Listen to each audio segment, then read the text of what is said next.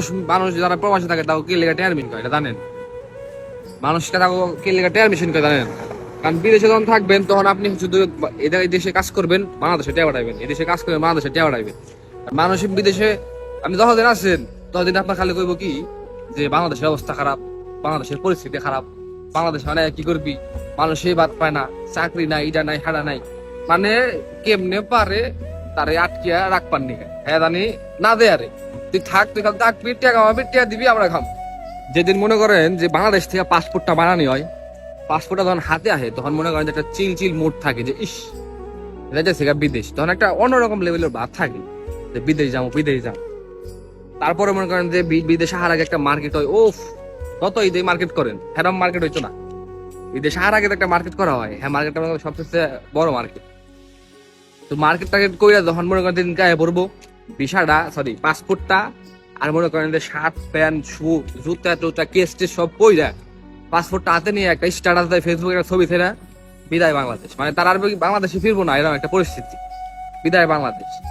কিন্তু শু pant shirt পইরা যে আহে দেশেই যায় বাংলাদেশে, ঠিক আছে দেশে আহবো, আহার পরে যে মনে করেন যে কাজ যে শুরু হয়, কাজ শুরু হওয়ার পরে যে শু প্যান্ট শার্ট পরাইছে হ্যাগলা পরার সময় পাওয়া যায়।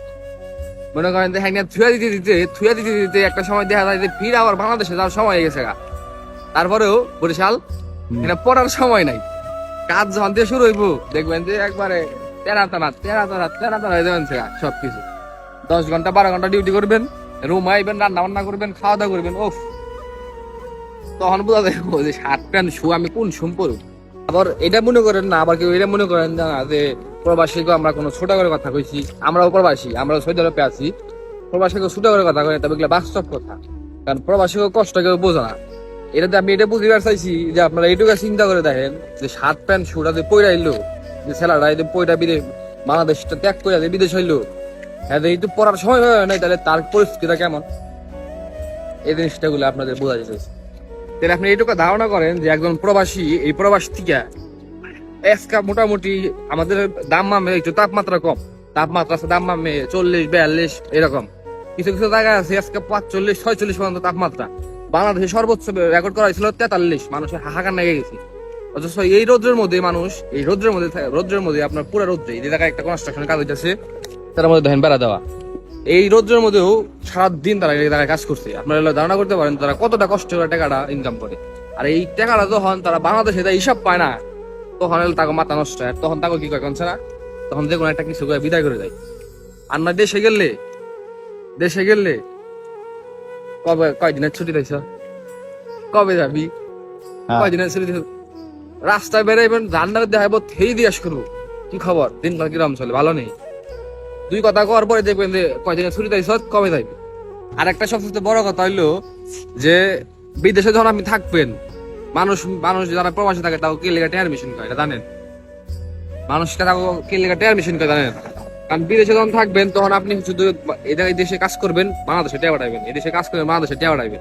আর মানুষ বিদেশে আপনি যতদিন আছেন ততদিন আপনার খালি কইব কি যে বাংলাদেশের অবস্থা খারাপ, বাংলাদেশের পরিস্থিতি খারাপ, বাংলাদেশ মানে কি করবি, মানুষই বাদ পায় না, চাকরি নাই, ইটা নাই, হাড়া নাই, মানে কেমনে পারে তারে আটকিয়া রাখবার নিকে হ্যাঁ জানি না দে আরে তুই থাক, তুই খালি থাকবি, টিয়া কামাবি, টিয়া দিবি, আমরা খাবো। কি বাবু ভাব বানছি যে ভিডিওটা বানাইলেন, কথা কিন্তু হাসা কথা কইছি না, চিন্তা করে বানছি ভিডিওটাকে আমি আপনি কি দিমু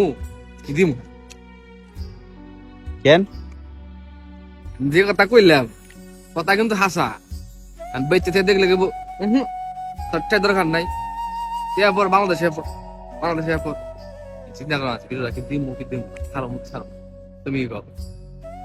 আমি তো ওইটাই কই, দেখো আমি তো ওইটাই কই। আর ছেড়ে দিই।